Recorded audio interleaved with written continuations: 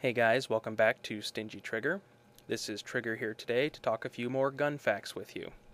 Today I'd like to talk about a term that has been thrust back into the national spotlight once again, thanks to several recent tragedies here that have happened in our nation, and that of course is the term gun-free zone.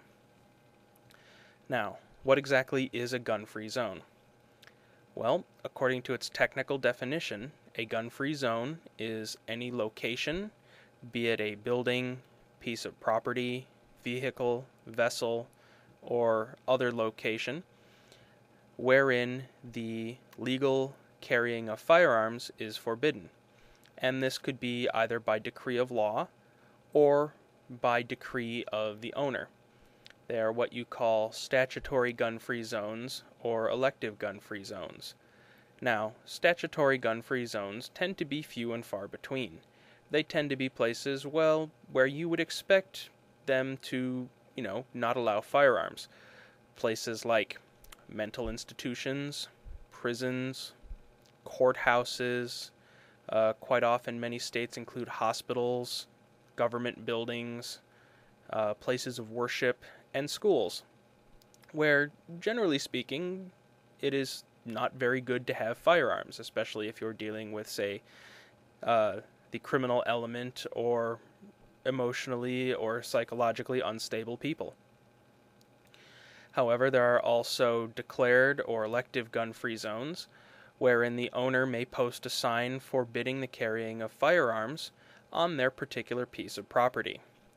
Now, depending upon the state you're in, these various types of zones may or may not exist and may have different penalties for violation attached. Most states, it's a pretty big deal if you try to take a gun onto the premises of, say, a prison or into a courthouse. Federally speaking, it's a big no-no to try and go through any type of port authority or into an airport terminal or an attempt to board a plane. And generally they carry various related felony charges, some again being harsher than others based upon jurisdiction. New Jersey is known for being particularly harsh, especially when it catches folks who have to retake possession of their firearm in New Jersey while being stuck on a layover waiting for another flight. This has happened several times. And of course, there are your elective zones, which generally carry more civil penalties where the owner can sue you for violating the sign. But again, depending on the state, it quite often requires that they show some form of financial damages based upon your actions.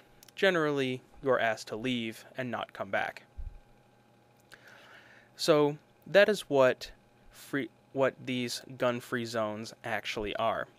However, a lot of folks refer to them not as gun-free zones, but rather as free fire zones. Sometimes they're often referred to as victimization zones, or my personal favorite, the CPZ, or Criminal Protection Zone. Basically, what a lot of folks who oppose these locations feel is that by disarming the general public, your civilian sheepdogs, your off-duty police officers, and what have you, the only folks that will then have weapons in these various gun-free zones will be the criminals who disobey laws and signs and the wishes of owners of private property and have no respect for the decorum of society.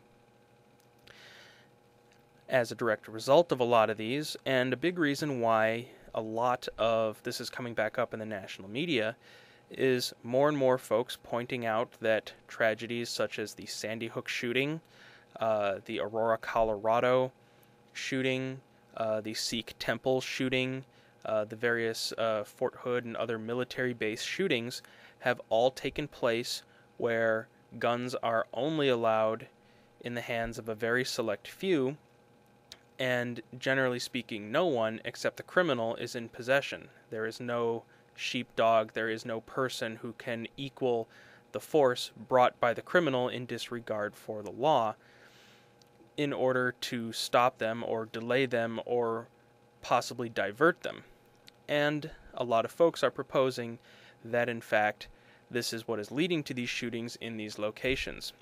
particular points have been made about the Aurora, Colorado shooting, wherein the shooter, for unknown reasons, and many are pointing to the existence of that theater being a gun-free zone, he passed up 6 closer locations also showing the film that were closer to his place of residence, because he wanted to go to the place where he knew no one would be able to fight back.